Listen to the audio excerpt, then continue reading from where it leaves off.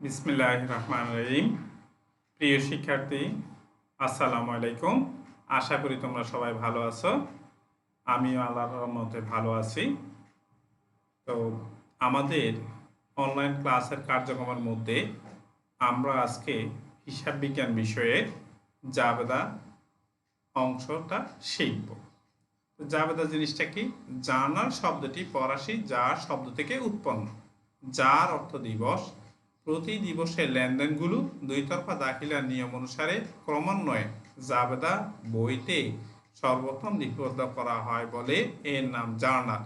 হিসাব সংরক্ষণের লেনদেনসমূহ দুইটি পর্যায়ে সংরক্ষিত হয়। প্রাথমিক পর্যায়ে জাবেদা এবং আরেকটি পর্যায়ে খতিয়ান। লেনদেনসমূহ তারিখওয়ারি ডেবিট এবং ক্রেডিট পক্ষ বিশ্লেষণ করে জাবেদা লেখা হয়। পরে সেগুলো শ্রেণী বিন্যাস করে খতিয়ানে স্থানান্তর করা হয়। এখন আসি জাবেদার সংজ্ঞা। কারবারি লেনদেনসমূহ সংগঠিত হওয়ার পর তারিখের ক্রমানুসারে এবং ডেবিট ক্রেডিট পক্ষ বিশ্লেষণ করে সংক্ষিপ্ত ব্যাখ্যা সহ যে বইতে সর্বপ্রথম লিপিবদ্ধ করা হয় তাকেই জাবেদা বা জার্নাল বলা হয়। জাবেদা হিসাবের প্রাথমিক বই, কারণ দুই তরফা দাখিলা পদ্ধতির প্রথম সোপান হলো জাবেদা বই। এই বইতে লেনদেনসমূহ সর্বপ্রথম দেখিয়ে ডেবিট এবং ক্রেডিট দেখিয়ে তারিখের ক্রমানুসারে সাজিয়ে লেখা হয়।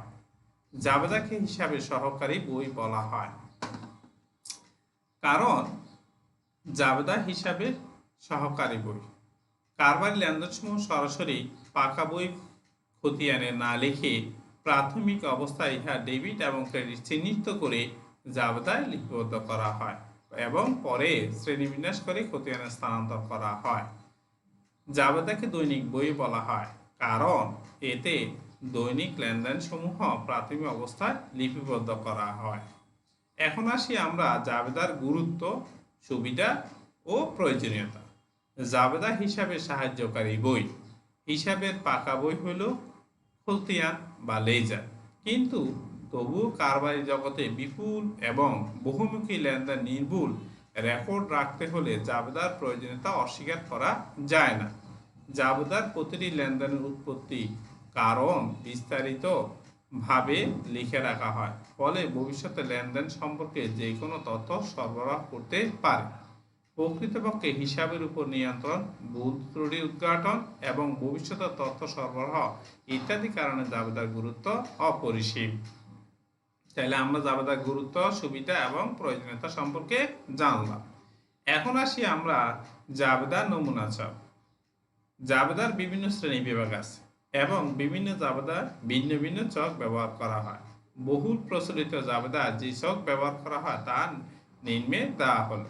দেখি একটা জাবেদা গড়ের নমুনা কেমন ধরনের। প্রতিষ্ঠানের নাম, যে প্রতিষ্ঠানে ব্যবসা বাণিজ্য আমরা হিসাবটা করব সেই প্রতিষ্ঠানের নাম, সাধারণ জাবেদা, তারিখ, হিসাবি শিরোনাম ও ব্যাখ্যা, খতিয়ান পৃষ্ঠা, ডেবিট টাকা, ক্রেডিট টাকা। এখন আমরা একটি লেনদেন কিভাবে জাবেদা করে লিখব তার নমুনা আমরা নিয়ে আলোচনা করব। জনাব জাবেদ 2019 সালের 1 জানুয়ারি তারিখে নগদ 1 লক্ষ টাকা এবং 50,000 টাকার আসবাবপত্র নিয়ে কারবার বা ব্যবসা আরম্ভ করেন। তাহলে এর যদি সাধারণ জাবেদা লিখতে বলে কিভাবে লিখব?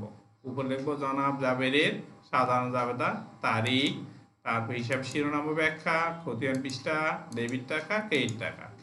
তাহলে প্রথম হলো সন, তারপরে হলো মাস, তারপর হলো তারিখ। তাহলে আমরা কারবার যেহেতু নগদ টাকা আনলো, নগদ সম্পদ, তার এই জন্য নগদ হিসাব ডেবিট, এরপর আসবাবপত্র সম্পদ, আসবাব আসবাব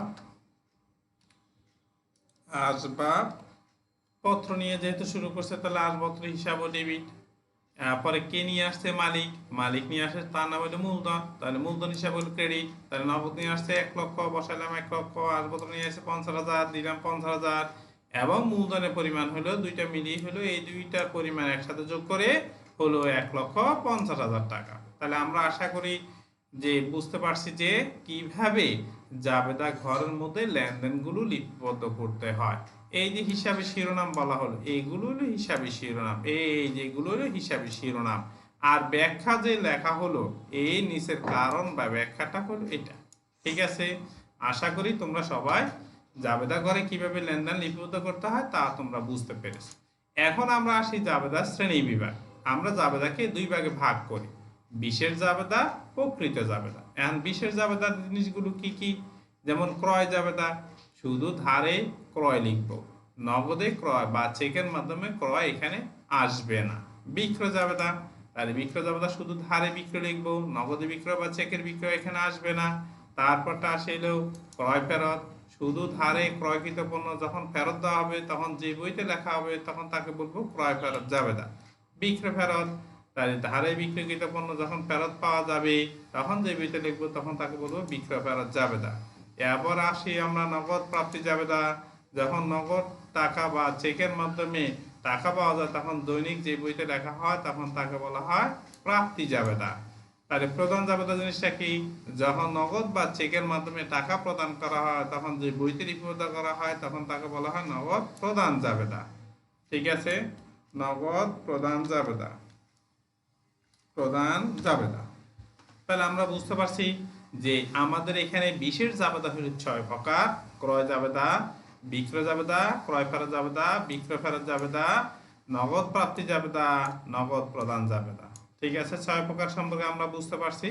এখন আসি প্রকৃতি জাবেদা জিনিসটা কি। প্রকৃতি জাবেদা জিনিসটা হইল আমাদের এখানে আমরা আসি যে সংশোধনী জাবেদা। ভুল করে জাবেদা দেওয়ার পর তা পুনরায় সংশোধন করে দেওয়ার নামই হইল সংশোধনী জাবেদা। অর্থাৎ একটি লেনদেন প্রথমে আমরা ভুল করে জাবেদা দিয়েছি, তারপরে সেটা যদি আবার ভুলটাকে সংশোধন করে দিই তখন সেটাকে বলবো আমরা সংশোধনী জাবেদা। আর সমন্বয় জাবেদা হলো আমরা লেনদেনগুলো জাবেদা লিপিবদ্ধ করছি, খতিয়ান লিপিবদ্ধ করছি, রেওয়ামিল লিপিবদ্ধ করছি, করার পর দেখা কোনো কারণে একটা লেনদেন বাদ পড়ে গেছে, তাই এই হিসাবভুক্ত করা নেই, এগুলো পুনরায় জাবেদা দেওয়ার নামই হইল সমন্বয় জাবেদা। তারপরে যদি সমাপনী জাবেদা আসি, সমাপনী জাবেদা জিনিসটা কি? আয় এবং ব্যয়ের হিসাব বন্ধ করার জন্য যে জাবেদা দেওয়া হয় তাহলে সেগুলোকে বলা হয় সমাপনী জাবেদা। কেমন ধরনের? আমরা জানি যে হিসাব শ্রেণী বিভাগ হলো 5 প্রকার: আয়, ব্যয়, দায়, সম্পদ, মালিকানা সত্ত্ব। এর মধ্যে আয় এবং ব্যয়গুলো ওই সকল হিসাব বছরে, সংশ্লিষ্ট হিসাব বছরে কি করতে হয়? বন্ধ করে দিতে হয়। এর জন্য যে জাবেদা দিব সেটাকে বলবো সমাপনী জাবেদা।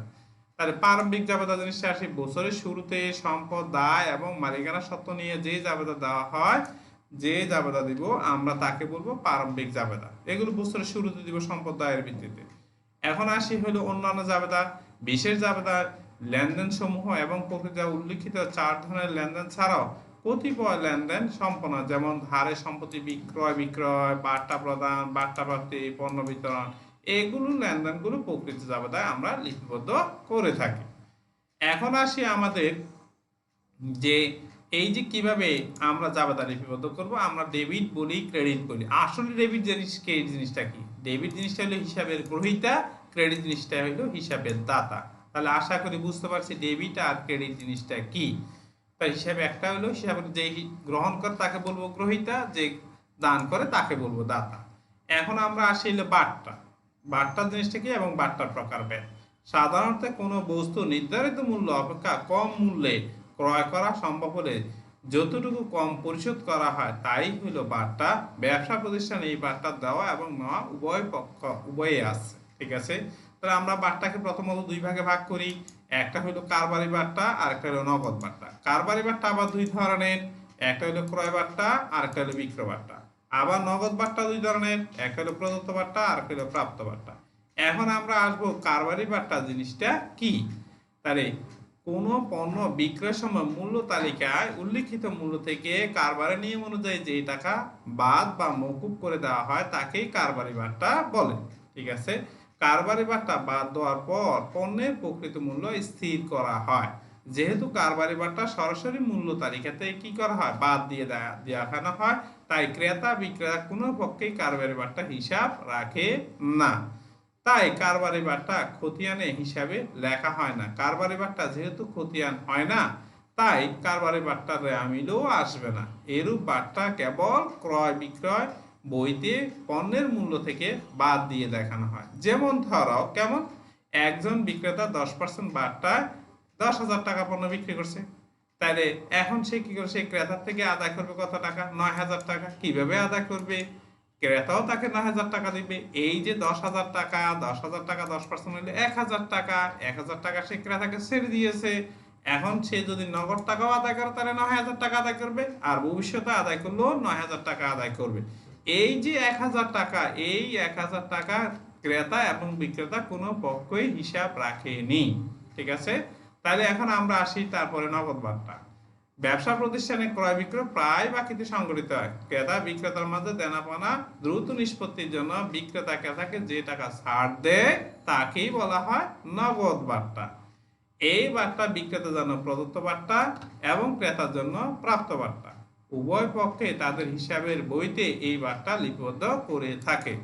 যেমন একজন বিক্রেতা, এই যে একজন ক্রেতার নিকট 10,000 টাকা পাওনা রয়েছে, এখন সেটা পাওনা রয়েছে, এখন তাড়াতাড়ি টাকা আদায়ের জন্য সে ক্রেতাকে 10% ছাড় দেওয়ার প্রস্তাব দিলে ক্রেতা তা সাদর গ্রহণ করে এবং সে বিক্রেতাকে 9,000 টাকা, ক্রেতা বিক্রেতাকে 9,000 টাকা পরিশোধ করবে। এই যে ক্রেতার ক্ষেত্রে 1,000 টাকা কম দেওয়া হলো, এটা হলো প্রাপ্ত বার্তা, এবং বিক্রেতার ক্ষেত্রে এই 1,000 টাকা হলো প্রদত্ত বার্তা। তাহলে আমরা আশা করি যে বার্তা জিনিসটা কি, এই যে বার্তা জিনিসটা কি, বার্তার প্রকারভেদ সেটা বুঝতে পারলাম। কারবারি বার্তা কেন হিসাবে রাখা হয় না সেটাও বুঝতে পারলাম। নগদ বার্তা জিনিসটা কি তাও বুঝতে পারলাম। আর তারপরে হইলো জাবেদা, প্রকৃত জাবেদা জিনিসটা কি, বিশেষ জাবেদা জিনিসটা কি, জাবেদা কিভাবে খাতা লিখতে হয়, তারপরে হইলো আমাদের জাবেদার সংজ্ঞা, জাবেদার প্রয়োজনীয়তা। তাহলে আমরা এই জিনিসগুলো বুঝতে পারছি। আশা করি তোমাদের অনেক কাজে লাগবে। সবাই ভালো থাকবো, সুস্থ থাকবো, আল্লাহ আমাদেরকে হেফাজত করুক, ভালো রাখুক, সেই কামনা করে আল্লাহ হাফেজ। আসসালামু আলাইকুম।